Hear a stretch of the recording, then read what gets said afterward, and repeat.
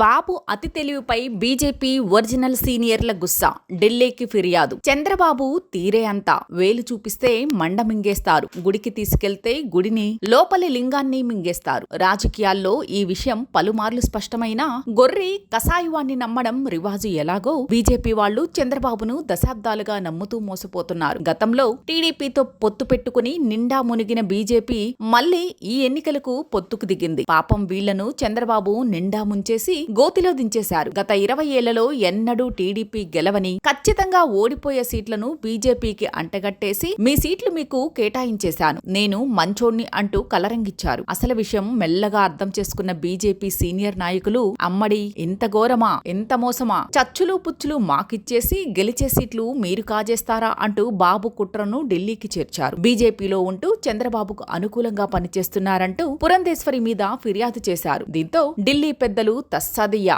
బాబు ఇంకా మారలేదా, ఇంకా అదే కుట్రలు అంటూ ఎంపీ సీట్ల ప్రకటన వాయిదా వేశారు. దీంతో బీజేపీ వాళ్లు ఆంధ్రాలో ఎంపీ సీట్ల సంగతి తెలిస్తే తప్ప టీడీపీ ఎంపీ అభ్యర్థుల సంగతి ఒక కొలిక్కి రాదు. అందాక టీడీపీలో గలాటా కంటిన్యూ అవుతుంది.